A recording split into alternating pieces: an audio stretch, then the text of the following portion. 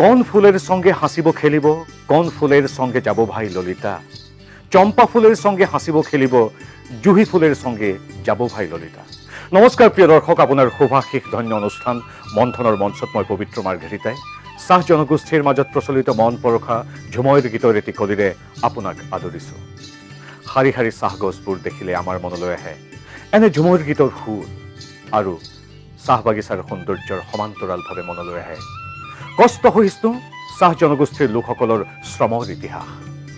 অসমত চাহ খেতিৰ প্ৰায় 160 বছৰীয়া ইতিহাস আছে। চাহ কোনে আৱিষ্কাৰ কৰিছিল বা অসমত কোনে এই খেতি আৰম্ভ কৰিছিল বুলি প্ৰশ্ন কৰিলেই আমাৰ মনলৈ তিনিগৰাকী ব্যক্তিৰ নাম একাধিক্ৰমে আহে। তেওঁলোক হ'ল ৰবাৰ্ট ব্ৰুচ, চিংফৌ ৰজা বিছাগাম আৰু মণিৰাম দেৱান। স্কটিছ ভদ্ৰলোক ব্ৰুচে ৰংপুৰলৈ মণিৰাম দেৱানক লগ ধৰিবলৈ আহোঁতে অসমত চাহ গছ দেখা পাইছিল।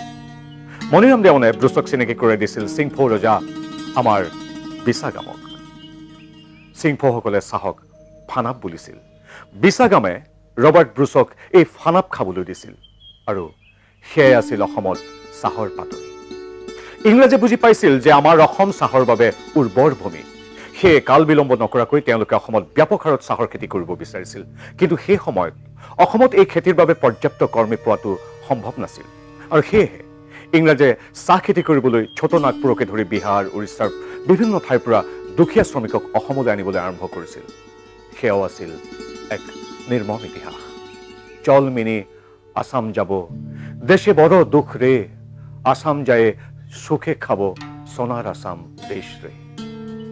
এনে সপোন লৈ তেওঁলোক অসমলৈ আহিছিল। কিন্তু যি ভাবি অসমলৈ আহিছিল বাস্তৱত সেয়া হৈছিল নে? পাছলৈ মনৰ দুখতে সেই চাহ শ্ৰমিকসকলে ঝুমৈৰ গীতৰ মাজেদি মনৰ ভাৱ প্ৰকাশ কৰিছিল। চৰ্দাৰ বোলে কাম কাম, বাবু বোলে ধৰি আন, চাহাব বোলে লিব পিঠেৰ চাম, ফাঁকি দিয়ে আনিল আসাম। দেশ স্বাধীন হোৱাৰ পাছতো চাহ শ্ৰমিকৰ দুখৰ অন্ত নপৰিল।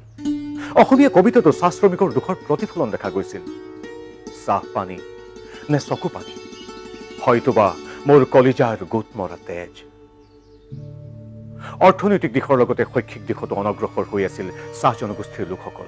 দশক দশক ধৰি চাহ শ্ৰমিক আৰু চাহ জনগোষ্ঠীৰ লোকসকল হৈ আছিল মাথো ৰাজনৈতিক দলৰ ভোট বেংক। অথচ ৰাজনৈতিক সদিচ্ছাৰ অভাৱত জনগোষ্ঠীটোৰ লোকৰ মাজত দীৰ্ঘদিন ধৰি উন্নয়নৰ বিশেষ কোনো প্ৰভাৱেই পৰা নাছিল। কিন্তু বৰাক ব্ৰহ্মপুত্ৰৰ দুই পাৰৰ চাহ জনগোষ্ঠীৰ লোকৰে দুবাহুত আছিল আৰু আছে একেই অসমীয়াৰ শকতি, আছে প্ৰকৃতি প্ৰদত্ত একেই বুদ্ধিদীপ্ততা, অৱশ্যে উপৰঞ্চিকৈ আছে আচৰিত এক সৰলতা।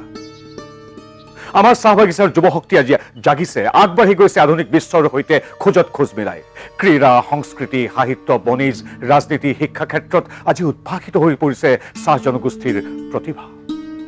ইমান দিনে এই শক্তি, এই প্ৰতিভা বিভিন্ন কাৰকে ঢাকি ৰাখিছিল। কিন্তু আজি দিন সলনি হ'ল।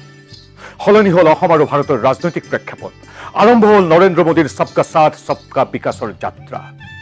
সেইদৰে 2016 চনত মাননীয় সৰ্বানন্দ সোণোৱাল নেতৃত্বাধীন চৰকাৰখনে দায়িত্বভাৰ গ্ৰহণ কৰি চাহ জনগোষ্ঠীৰ কল্যাণৰ বাবে বৈপ্লৱিক পদক্ষেপ গ্ৰহণ কৰে।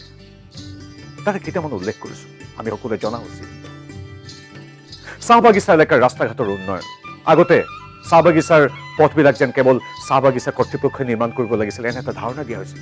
কিন্তু আজিৰ তাৰিখত 800কৈ অধিক চাহ বাগিচাৰ অভ্যন্তৰৰ পথ পকীকৰণ হৈছে। এটা শতিকাৰ পিছত চাহ বাগিচাৰ এলেকাত 100খন হাইস্কুল স্থাপনৰ সিদ্ধান্ত গ্ৰহণ কৰা হৈছে। প্ৰাৰম্ভিক কাম কাজ আৰম্ভ হৈছে। এগৰাকী সাধাৰণ নাগৰিক হিচাপে আমি অনুভৱ কৰোঁ যে চাহ বাগিচাৰ ক্ষেত্ৰত দুয়োখন চৰকাৰে লোৱা আটাইতকৈ ইতিবাচক কামটো হ'ল শিক্ষাৰ ক্ষেত্ৰত ইয়াৰ বিকাশ আৰু প্ৰসাৰ। বাগিচাৰ 428খন প্ৰাথমিক বিদ্যালয়ত দুপৰীয়াৰ আহাৰৰ উপৰিও ৰাতিপুৱাৰ আহাৰ, আবেলিৰ জলপান, বিনামূলীয়া কিতাপ পত্ৰ, বিনামূলীয়া নামভৰ্তি, বিনামূলীয়া ইউনিফৰ্ম, জোতা আদি প্ৰদান কৰা হৈছে। তদুপৰি মেট্ৰিক পাছ কৰিলেই চাহ জনগোষ্ঠীৰ ছাত্ৰ ছাত্ৰীয়ে 10,000 টকাৰ স্কলাৰশ্বিপ পোৱাৰ সুবিধা প্ৰদান কৰা হৈছে। চাহ জনগোষ্ঠীৰ 500গৰাকী ছোৱালীক ANM আৰু GNMৰ বিশেষ নাৰ্ছৰ প্ৰশিক্ষণৰ ব্যৱস্থা গ্ৰহণ কৰা হৈছে।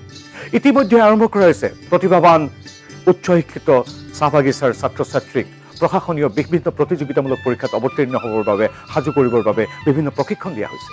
10,000 যুৱক যুৱতীক স্কিল ডেভেলপমেণ্টৰ প্ৰশিক্ষণৰ লগতে স্বনিয়োজন আঁচনিৰ অধীনত 25,000 টকাৰ অনুদান আগবঢ়োৱা হৈছে।